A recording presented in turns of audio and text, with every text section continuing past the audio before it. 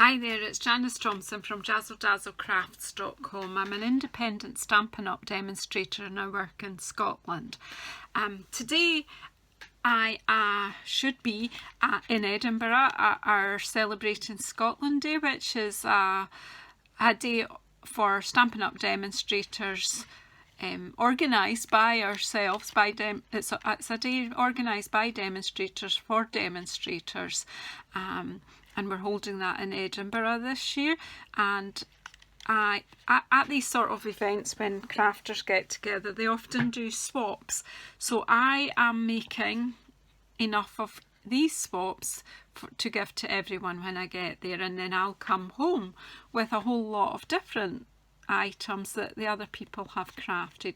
So this is my project that I'm doing for my swap, is this triangular box. I've not dreamt it up myself, I've copied it from a swap that I received, so that's the whole point. We share our ideas and then we can copy or adapt. So I'm not quite sure at what event, but at an event, one of my fellow demonstrators, Jez, you can find her on YouTube, Nigeza Creates. I find her on Facebook, in fact all the social media places.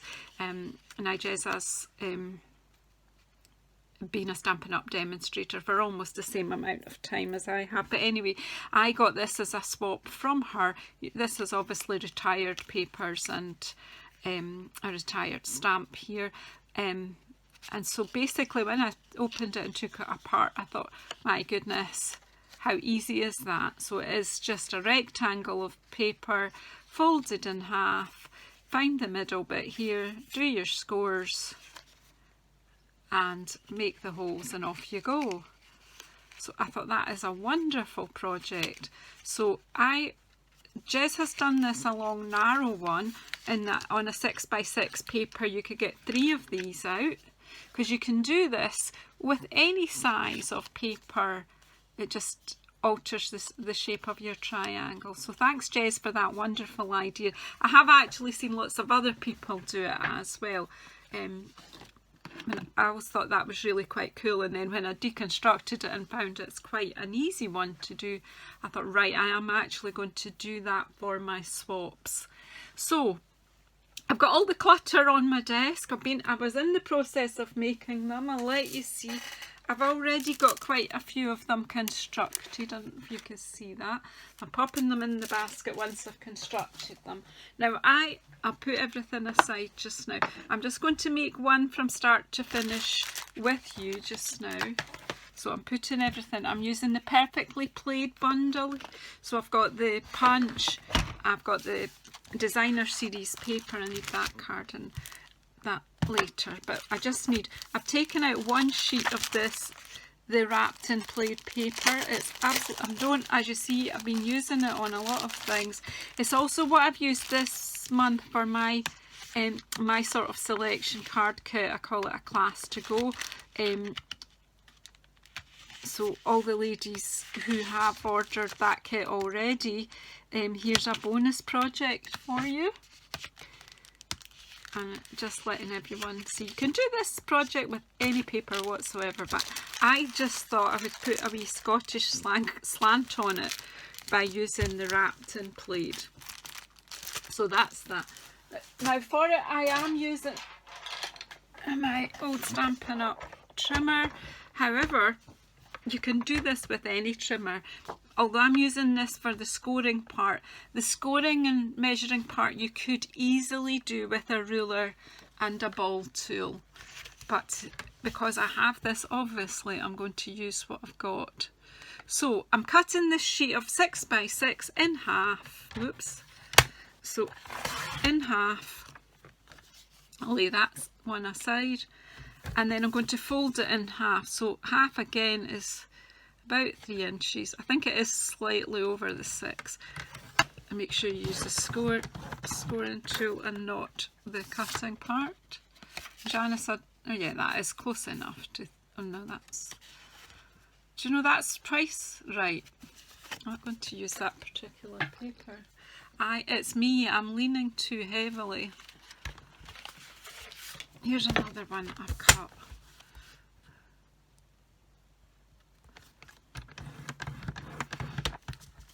I lent too heavily, and really it is just paper.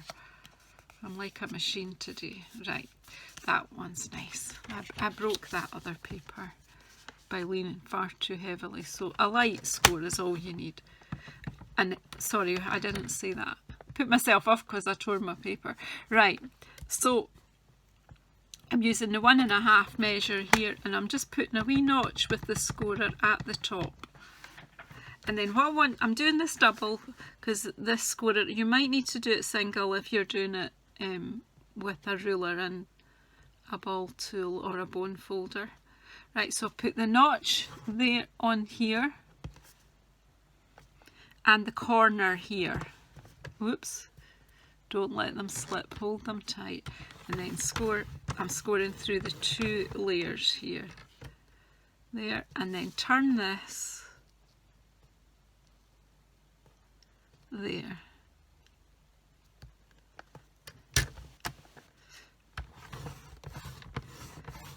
So that's that. So that's the scoring done. So I'll put the scoring tool out of the way. You could use your scoreboard, you could use a ruler, as I said. And I'm just, where's my bone folder? I'm just making the folds nice and crisp. That's what makes the triangle look so nice. Just, and then just, because I went through the two layers of card, this one's not quite as obvious, but it's there. And then this one, come in. There it is. If you're gentle with the paper, it will do what you want it to do. So there I've scored from the middle to the halfway mark. So I've made a diamond there. And then basically how it goes together is that's basically your box. So to get the whole, I am using a handheld punch here, which unfortunately we don't have one in our catalogue at the moment, so just whatever one you've got. There you go. I've had this one, please don't ask me where I bought this handheld punch because I've had it for years, but I like the size of this hole because you can get ribbon and everything through it. The one that we previously had with Stampin' Up, the hole was quite small. Right, so that's that part. I'm going to tie this one together with a piece of the lace that goes with the Bird Ballad suite from the main catalogue. And this tartan paper, or plaid paper, is from the autumn winter catalogue, which you should be able to, you should have seen by now. If you don't have one yet and you would like me to send one, if you'd like me to be your demonstrator, then just get in touch and I'll get one off to you. So but that is the basic construction here. So just, it's going to go like that. So what I need to do is thread the lace through, so it goes through from there to there, and then through there. Oops, trying to keep it where you can see, and through that part and up through here. Now obviously I'm not going to tie it tight till I decide what I'm putting in. I'm just putting a couple of sweeties in here, or one sweetie, but sometimes two will not fit. This is Scottish fudge. So I'm popping, yeah, that's quite enough really, it's quite a big sweetie. And then just gently pull the ribbon. Obviously don't want to rip the paper, so do that quite gently, and the tightness of the ribbon, that will hold this closed. So it's just a matter of tying that .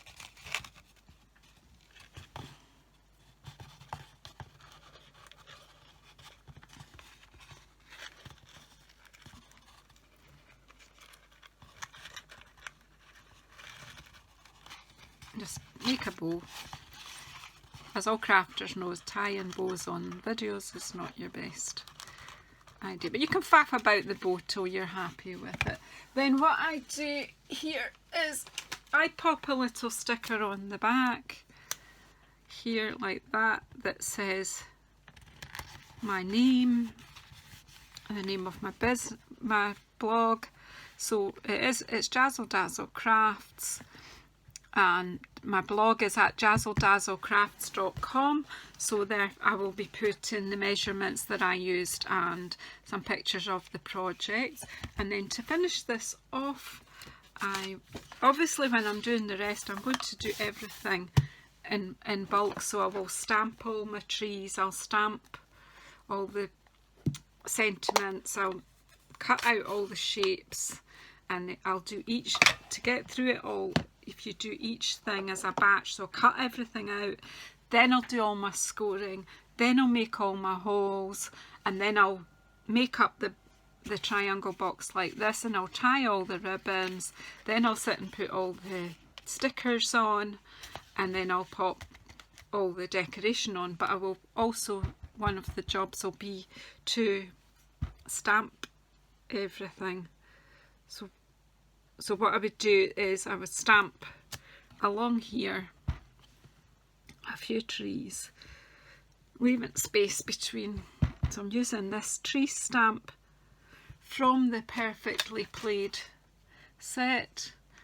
I like the plaid tree as well, but I felt it was too much if I put it on to the plaid paper. So there's 4 of them, and then the sentiment I'll do along this edge. So I'm just doing ho ho ho, simply because it fits in another punch, so it makes the job quicker if you can use punches. Ho ho ho. Maybe just do this 3 times along here. Do you see what I mean about doing these jobs are much quicker if you do each individual job 40, 50 times, however many of the item that you're going to make. So that's the ink finished with. So here I've got this punch here. This is our classic label punch. It's just brilliant. And again, 1,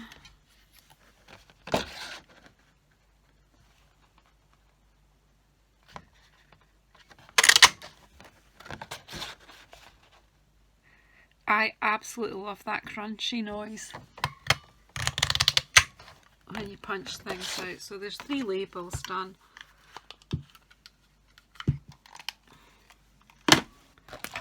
And then cut out the trees.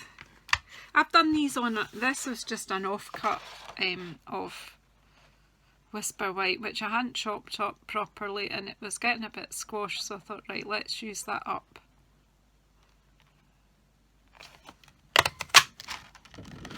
So you could also, these would work just as well in the thin Whisper White. So do you see, you place it where you think it should be, bite the punch together till it holds like that, and then squeeze. It gives you that moment just to check that it is where you want it to be. So I'm slope that, as you see what I mean, then I grip it so I can let go and then punch. Right, and again just do this while we're here.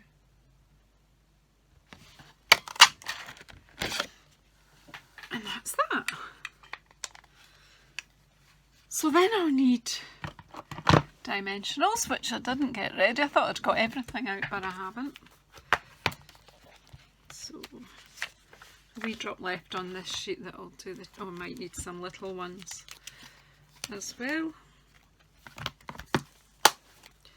So I need a ho ho ho, and I need a tree to finish this one off. So on the back of the tree, 1, and just took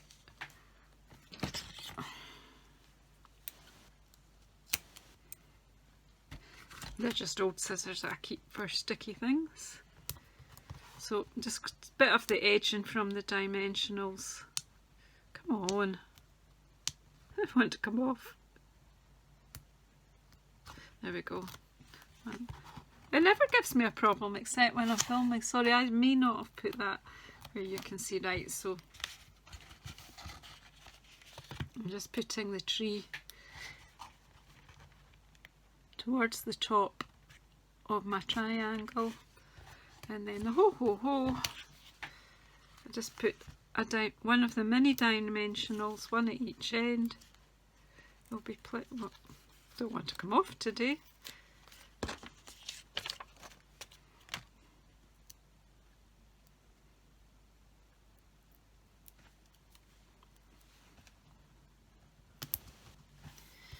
So we get the tops off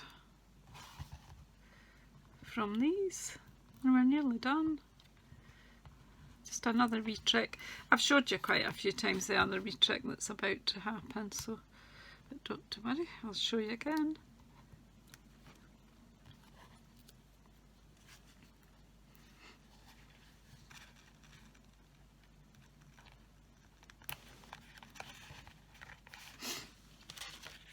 So on this one I used these green diamantes from the Perfectly Peacock suite, but I was also thinking the colours in this set are Cherry Cobbler, in the paper, Cherry Cobbler, Whisper White and Shaded Spruce. So I've stamped with the Shaded Spruce, so I thought I've not got any Cherry Cobbler diamantes, but then I remembered my wee trick is I've got a Cherry Cobbler alcohol marker, the Stampin' Blends, and so I'm using the dark Cherry Cobbler. So just what do I need? 3, 4 of these. I'll do one of the bigger ones for the top then. So there you go. Now I have got some Cherry Cobbler diamantes, so now I just need something to pick them up with.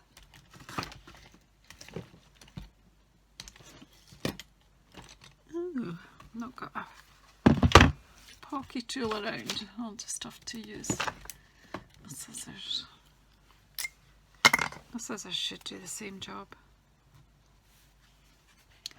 Pop that one near the top of my tree. And because these are alcohol markers, they dry fairly quickly because the alcohol just evaporates. Oh.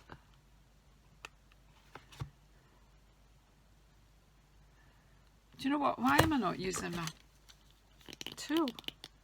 We have a tool for this. I think it will work. No, because the sticky's sticking to me and not to the sticky on it's stronger than. We'll see if we can do it this way.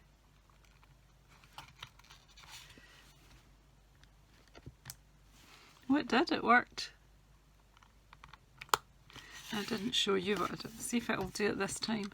See if it'll pick it up. Yay!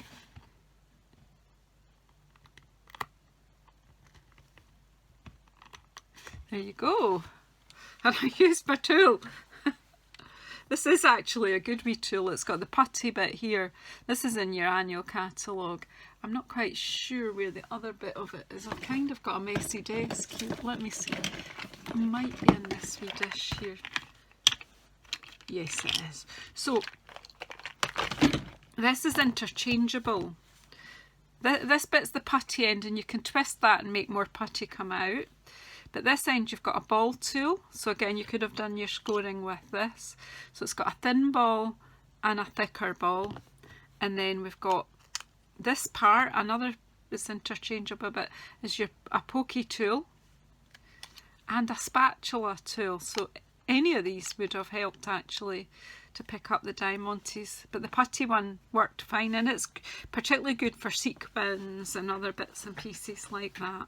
So there, I've showed you our multi-purpose tool really. So as I say, it's got interchangeable heads for this, and also I don't have it yet, but there is a die brush that you can interchange with this head as well. It's just recently come out, So have a look at that in your book. So now you know how to make our normal rhinestones. You can make them any colour you want. It also works with the petals. So these are beautiful as well. It works on the multifaceted. There's one of them on the other side here which just made me think about that. The multifaceted gems, you can do the same with them. So you know, you can have whatever colour diamantes or rhinestones that you like. So what do you think of this project? I used the linen ribbon in this one, and I've used this gorgeous lace in this one. I actually prefer the lace, I think, but you can let me know what you think. So thanks for sticking with me today. I hope you've enjoyed this simple project. If you want to know more about my kits or what else I get up to, please subscribe, hit the notifications button, and also have a look at all the links to my blog and my Facebook, etc. are below in the description box below. But if you want to come onto my blog and communicate with me more, it's jazzledazzlecrafts.com. You'll find me there. Thanks so much. I'll see you next time.